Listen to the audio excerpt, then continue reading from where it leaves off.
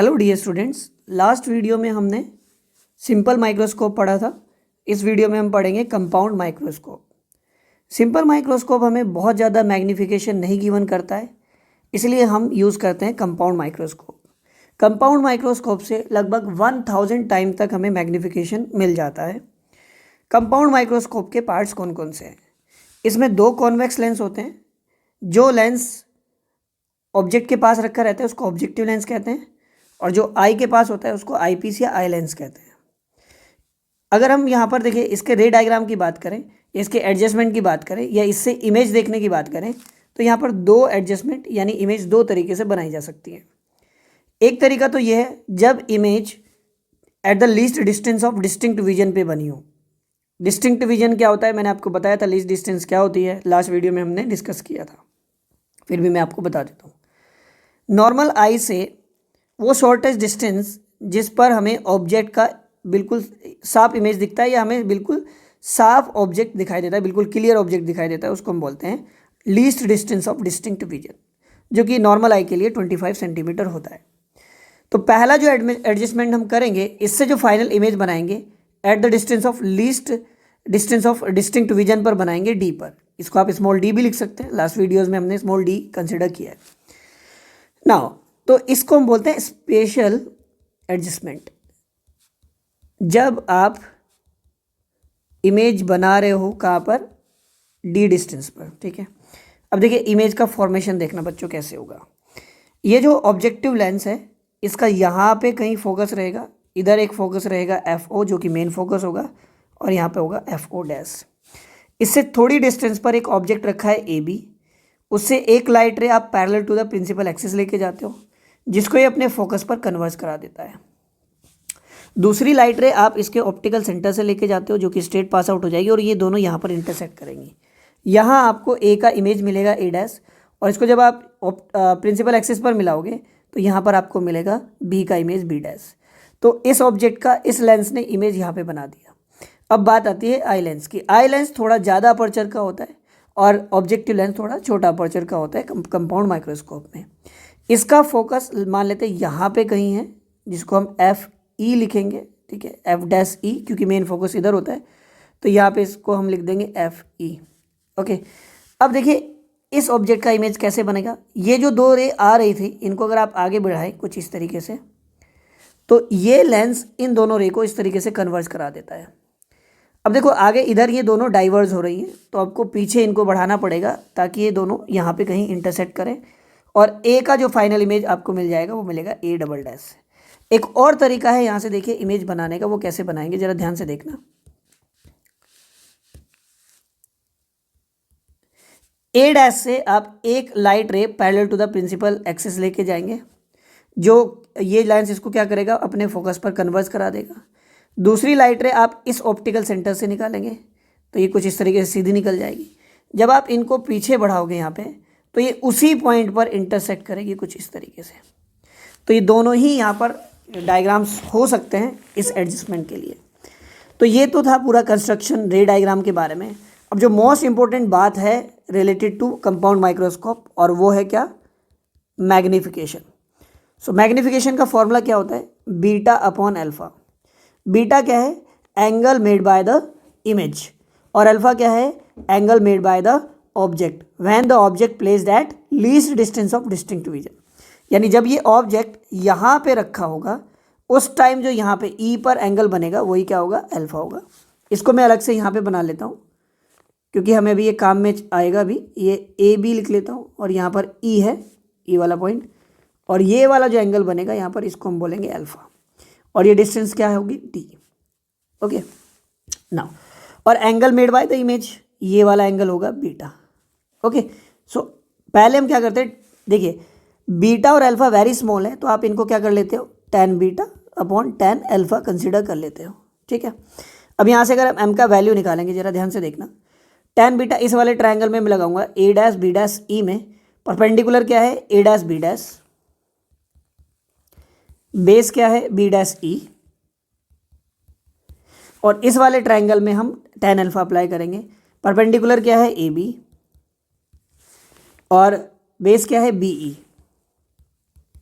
ठीक है ना। अभी अगर आप इसको आगे सॉल्व करोगे तो देखिए बी ई और ए बी ऊपर मल्टीप्लाई में जाएंगे तो ये हो जाएगा A dash B dash divide by B dash E into B E ऊपर जाएगा B E divide by B dash E divide by A B, sorry. अब देखिए ए बी को मैं इसके नीचे अलग करता हूँ, बी डैश ई को मैं इसको इधर इधर कर लेता हूँ। तो यहाँ देखिए A dash B dash divide by A B into B E divide by B dash ई। देखिए ए डैश बी डैश क्या है? A dash B dash is the size of image for objective lens. Objective lens के लिए size of image है। A B क्या है? Size of object है for objective lens. तो ये तो size of image divide by size of object हो गया। और ये हमने लेंस वाले फॉर्मूले में पढ़ा था, अगर आपको याद हो मैग्निफिकेशन में। मैग्निफिकेशन का फंडामेंटल फॉर्मूला क्या था? Size of image divide by size of object. तो ये तो मैग्निफिकेशन हुआ ना फॉर ऑब्जेक्टिव लेंस, ओके। और ये देखिए ई क्या है? अब बी ई यहाँ पे ध्यान रखना, ये बी ई तब कंसिडर किया था हमने जब ए बी यहाँ रखा हो, यानी बी डबल डैश ई भी हो सकता है इसकी जगह। तो यहाँ से मेजर कर रहे हैं आप, यहाँ से। तो ये तो डिस्टेंस ऑफ इमेज हुआ। क्या हुआ? डिस्टेंस ऑफ इमेज फॉर कौन से लेंस के लिए? आई पीस के लिए। यानी आप इसको क्या लिखोगे? वी ई, है ना, डिवाइड बाय, और बी डैश ई क्या होगा? देखिए b dash e, b dash ई देखिए ये जो इमेज है इस लेंस के लिए ऑब्जेक्ट का काम करेगी। तो ये क्या हो गया? यू ई हुआ। क्या हुआ? यू ई। और देखिए वी अपॉन यू, ये भी तो क्या है? मैग्निफिकेशन का ही फॉर्मूला है, लेकिन किसके लिए? किसके लिए बच्चों? For eye lens. किसके लिए? आई लेंस का। तो इसका मतलब ये हुआ कि जो कंपाउंड माइक्रोस्कोप है उसका जो मैग्निफिकेशन है वो क्या होगा? Magnification of objective lens into magnification of eye lens. अब इस फॉर्मूले को और अगर आगे बढ़ाएं तो देखिए कैसे निकल सकता है यहाँ पे फॉर्मूला। एमओ का वैल्यू आपने भी क्या बताया? Size of image divide by size of object, जो कि इक्वल होगा किसके? Distance of image. इसके लिए डिस्टेंस ऑफ इमेज क्या है? ऑब्जेक्टिव लेंस के लिए वो ये है, जो कि होगा v o, divide by distance of object, जो कि होगा यू ओ, ये जो लिखा हुआ है यहाँ पे u o, divide by u o. And m e का वैल्यू देखिए क्या होगा? देखिए ये वाला जो लेंस है ना, ये बिल्कुल ऐसे बिहेव कर रहा है जैसे सिंपल माइक्रोस्कोप था। क्या था? सिंपल माइक्रोस्कोप, जिसमें ऑब्जेक्ट इसके फोकस और ऑप्टिकल सेंटर के बीच रखा हो, ठीक है। तो उसके लिए मैग्निफिकेशन आपने क्या निकाला था, अगर आप लोगों को याद हो? 1 + d अपॉन एफ। अब यहाँ f की जगह क्या आएगा? एफ ई आएगा। यानी टोटल मैग्निफिकेशन क्या आ जाएगा अपने पास फिर यहाँ पे? V o divide by u o 1 + d upon f e. तो एक मैग्निफिकेशन का फॉर्मूला ये आ गया अपने पास, जबकि इमेज का बनाओ least distance of distinct vision पे बनाओ, ओके।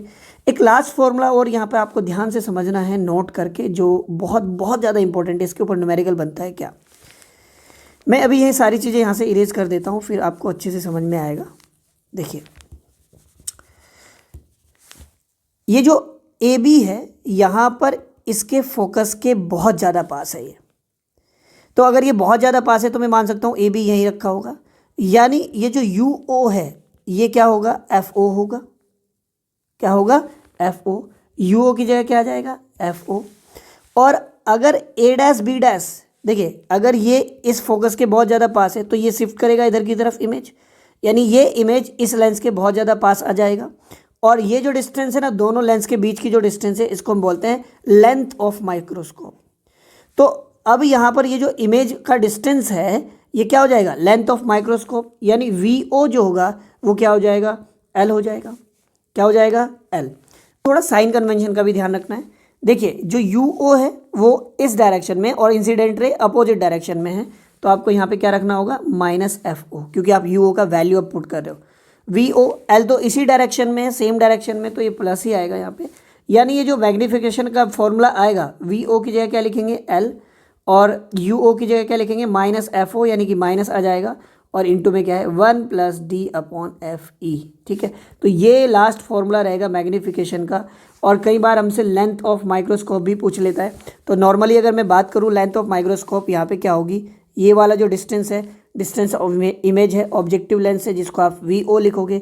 और ये क्या है? डिस्टेंस ऑफ ऑब्जेक्ट है, क्योंकि ये तो ऑब्जेक्ट की तरह बिहेव करेगा इसके लिए, तो ये हो जाएगा यू ई। क्या हो जाएगा? यू ई। तो एल का नॉर्मली फॉर्मूला जो क्या होगा? वो वी ओ + यू ई होगा। लेकिन अगर आपने माना है इसको कि ये जो इमेज है ये बहुत पास है इसके, तो वी ओ और एल दोनों क्या होंगे, इक्वल होंगे। तो क्वेश्चंस में आपको थोड़ा सा ध्यान से देखना है और उसी हिसाब से आपको क्वेश्चन सॉल्व करना है।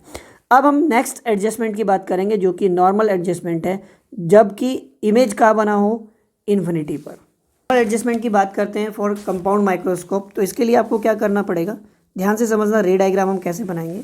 सबसे पहले हम ऑब्जेक्टिव लेंस की बात करते हैं। ये अपने पास सपोज करो ऑब्जेक्टिव लेंस है और ये इसका फोकस है यहाँ पर एफ ओ, और यहाँ पर इसका सेकंड फोकस है एफ ओ डैश, और ऑब्जेक्ट यहाँ पे कहीं रखा हुआ है ए बी। तो आप कैसे इमेज बनाते हो, सबसे पहले आप क्या करोगे, एक light ray parallel to the principal axis लेके जाओगे जो कि कुछ इस तरीके से फोकस से पास आउट कर जाएगी।